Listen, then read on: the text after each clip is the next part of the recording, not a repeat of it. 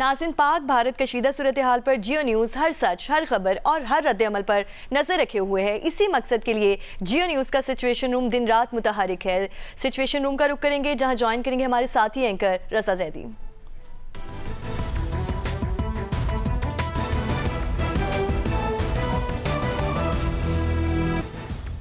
तुर्की ने पाक भारत कशीदगी पर पाकिस्तान के मौक़िफ़ की हिमायत का ऐलान कर दिया है। पाकिस्तान की मौक़िफ़ की हिमायत का इजहार पाकिस्तान में तुर्की के सफ़ीर ने वज़ीर आज़म शहबाज शरीफ से मुलाकात के दौरान किया है। वज़ीर आज़म शहबाज शरीफ ने कहा है कि तुर्की की हिमायत दोनों ममालिक के तारीख़ी और गहरे बिरादराना ताल्लुकात की अक्कास है। भारत पहलगाम वाक़े में पाकिस्तान के मुलव्वस होने का किसी भी किस्म का सबूत देने में नाकाम रहा है। भारत पाकिस्तान को पहलगाम वाक़े से जोड़ने की साजिश कर रहा है। भारत ने काबिल एतमाद, शफाफ और गैर जानिबदार बैनुल-अक़वामी तहक़ीक़ात की पेशकश का जवाब देना है।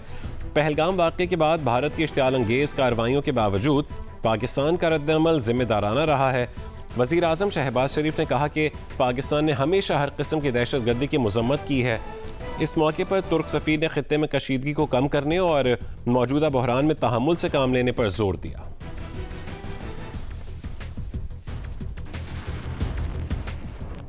और पाकिस्तान की जानिब से जदीद नेविगेशन टेक्नोलॉजी से लैस अब्दाली मिसाइल सिस्टम की तरबती लॉन्चिंग का कामयाब मुजाहरा किया गया है।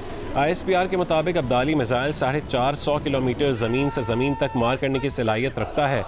Commander army strategic force command ने अब्दाली मिसाइल सिस्टम की तरबती लॉन्चिंग का मुशाहिदा किया। इस मौके पर स्ट्रेटेजिक कमांड डिवीज़न के सीनियर अफसरान भी मौजूद थे। ISPR के मुताबिक इस तजर्बे का मकसद ऑपरेशनल तैयारियों और तकनीकी पहलुओं की जांच करना था।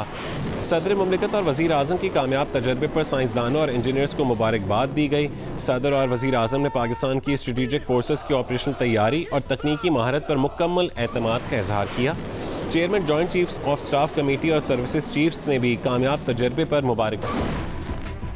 और अभी आपको बताएं कि थाईलैंड में हुए बॉक्सिंग मुकाबले में पाकिस्तान की शहीर आफरीदी ने भारत के तरजोत सिंह को हरा दिया। भारतीय बॉक्सर तरजोत सिंह चौथे राउंड में पाकिस्तान के शहीर आफरीदी से हार गए हैं। अतीकुर रहमान नुमाइंदा जियो न्यूज़ हमारे साथ मौजूद हैं।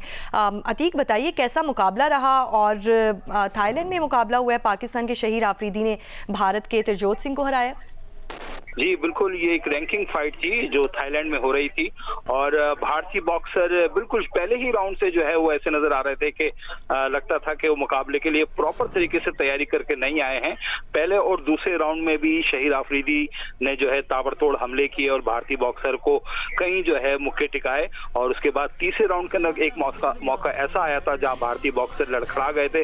वहाँ भी हम रेफरी जो है उन्होंने उनको देखा था कि वो मुकाबला जारी रख सकते हैं, लेकिन उन्होंने कहा कि मुकाबला जारी रख सकता हूं। उसके बाद फिर चौथा राउंड जब शुरू हुआ तो चौथे राउंड में फिर शहीद आफरीदी के 2-4 मुक्के ऐसे जोरदार थे कि भारतीय बॉक्सर जो है वो लड़खड़ा गए। उसके बाद रेफरी ने जो है उन्होंने मैच जो है मुकाबला जारी ना रखने का फैसला किया और पाकिस्तान के शहीद आफरीदी को जो है कामयाब करार दिया। ये एक रैंकिंग फाइट थी और इससे पहले एक पाकिस्तान की Alia Soomro women boxing fight भी हुई थी यहाँ पर, जहाँ उन्होंने थाईलैंड की बॉक्सर को है पहले ही राउंड में नॉकआउट कर दिया। तो आलिया सोमरो भी कामयाब हुई। यूँ दोनों बॉक्सिंग रिंग में जो थाईलैंड में हो रही थी वो प्रोफेशनल बॉक्सिंग, उसमें पाकिस्तान के दोनों बॉक्सर जो है कामयाब हुए। जी बहुत शुक्रिया आपका। अतीकुर रहमान हमारे साथ मौजूद थे, बता रहे थे कि थाईलैंड में हुए बॉक्सिंग मुकाबले में पाकिस्तान के शहीर आफरीदी ने भारत के तरजोत सिंह को हरा दिया है। भारतीय बॉक्सर तरजोत सिंह चौथे राउंड में पाकिस्तान के शहीर आफरीदी से हार गए हैं और इस वक्त ये मुकाबला भी ख़त्म हो चुका है। थाईलैंड में मुकाबला हो रहा था बॉक्सिंग का, जिसमें पाकिस्तान और भारत के तरजोत सिंह मध्य मुकाबिल थे। भारतीय बॉक्सर तरजोत सिंह चौथे राउंड में भी पाकिस्तान के शहीर आफरीदी से हार गए।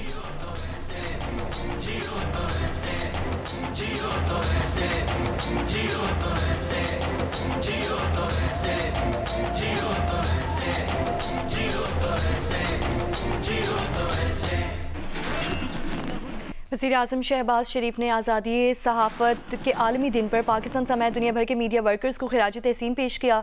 आलमी यौम सहाफ़त पर अपने पैगाम में वज़ीर आज़म ने कहा कि उन बहादुर सहाफ़ियों को खिराज अक़ीदत जो अपने फ़राइज़ की अंजामदही के दौरान कुर्बान होकर अमर हो गए। दुनिया को हक़ाइक़ की फ़राहमी की जिद्दोजहद में सहाफ़ियों की कुर्बानियाँ तारीख़ का सुनहरी बाब है।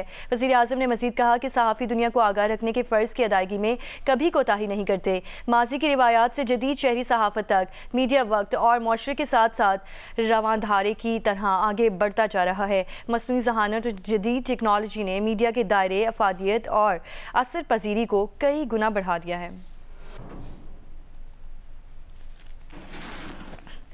वफाकी वज़ीर मनसूबाबंदी एहसन इकबाल ने कहा कि 18वीं तरमीम से 17 शोबे सूबों को मुंतकिल हुए हैं, जिसका 1% भी नीचे ज़िले सतह पर मुंतकिल नहीं हुए। लाहौर में सेमिनार से खिताब करते हुए एहसन इकबाल ने कहा कि तमाम इख्तियार सूबाई हुकूमत के पास होने से फैसला साजी को गैर मौसर और कारकर्दगी उनकी ख़राब हुई है।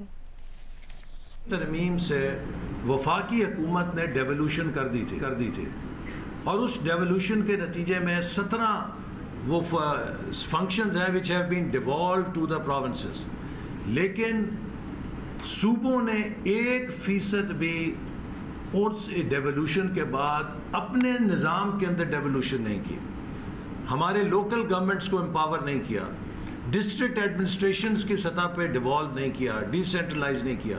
लिहाजा अब we have overly centralised provinces, जिससे कि जो डिसीजन मेकिंग है वो मतलूबा नताइज देने में नाकाम है। और ये वो चैलेंज है कि जिसको हम सूबों के साथ मिलकर उन्हें कन्विंस कर रहे हैं कि खुदारा आप अपने इख्तियारात नीचे की तरफ डिवॉल्व करें, ताकि हमारे लोगों के डोर स्टेप के पास फैसला साजी जाए और हमारे समाजी शोबों की जो सलाहियत है उसमें कारकर्दगी बेहतर हो। चूँकि हमने अभी डिस्ट्रिक्ट एजुकेशन इंडेक्स जारी की मिनिस्ट्री ऑफ प्लानिंग से, शर्मनाक एक बहुत हल्का लफ्ज़ है, उससे भी ज़्यादा नज़र आता है कि डिस्ट्रिक्ट लेवल पे जो हमारे एजुकेशन इंडिकेटर्स हैं वो किस तरफ चले गए हैं। सो डेवोल्यूशन के बाद ना तालीम में बेहतरी आई, ना सेहत में बेहतरी आई, और आबादी के मामले में तो ये तरक्की हुई कि हमने जो 30 साल से ब्रेक पे पैर रखा हुआ था, अचानक फिर एक्सीलरेटर पे पैर रख दिया और अब हमारी आबादी में इजाफे की शरह 2.4 से बढ़ के 2.55% हो गई है। हम दुनिया में माशाल्लाह एक चीज़ में बहुत अच्छा तरक्की करने वाला मुल्क है, वो आबादी के बढ़ाने में हमारा शुमार हाईएस्ट पॉपुलेशन ग्रोथ कंट्रीज़ के अंदर हो रहा है। 3 मई आज़ादी सहाफ़त का दिन। सीनियर सहाफ़ियों का कहना है कि पैका एक्ट आने से रिवायती मीडिया जकड़ा गया है, जबकि सोशल मीडिया के सहाफ़ी आज़ाद हो गए हैं। पैका एक्ट सहाफ़ियों के लिए मार्शल लॉ से भी ज़्यादा सख्त है। लाहौर से देखते हैं उम्मे फरवा की रिपोर्ट। पाकिस्तान में कोई भी हुकूमत हो वो बात हमेशा आज़ादी सहाफ़त की करती है, लेकिन हकीकत अमल इसके बरअक्स होता है। सीनियर सहाफ़ी सुहेल वराइच का कहना है कि आजकल सहाफ़त आज़ाद नहीं, पीका एक्ट से सहाफ़ियों पर सख्त पाबंदियां लग चुकी हैं। जो झूठी और बेबुनियाद खबरें देते हैं उनके खिलाफ कार्रवाई होनी चाहिए।